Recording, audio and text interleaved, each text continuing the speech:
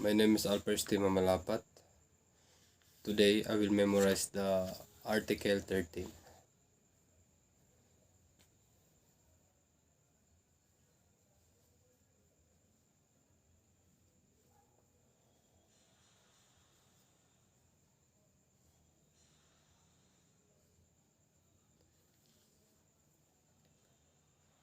Article 13. Mitigating circumstances. The following are mitigating circumstances. Number 1. Those mentioned in the preceding chapter, when all the requisites necessary to justify or to exempt from criminal liability in the prospective case are not attendant.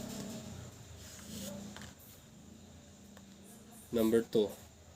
That the offender is under 18 years of age or over 70 years. In the case of the minor, he should be proceed against or accordance with the provision of Article 80. Number 3. That the offender had no intention or to commit to grave wrong as the committed. Number 4. The sufficient or provocation or threat on the part of the offended party immediately preceded the act. Number 5. That the act was committed by the immediate vindication of a grave offense to the communicating the felony, his spouse, attendants, or relatives by within some regrets. By some degrees. Number 6. That of having acted upon on impulse so powerful as naturally having to have produced passion or obfuscation. That the offender had voluntarily surrounded himself to a person in authority, had or voluntarily confessed his guilt of his agent, or that he had voluntarily of the evidence for the prosecution. Number 8. That the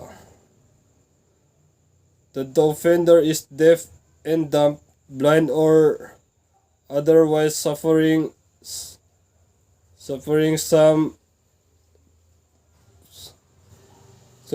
physical defect which thus restricts his means of action, defense, or communication with his fellow beings. Number 9. Such illness of the offender as will diminish the exercise of the willpower of the offender without, however, depriving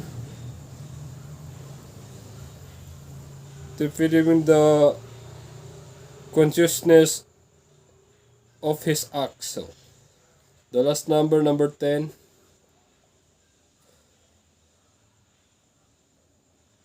And finally, any other circumstances of a similar nature and analogous to those above mentioned.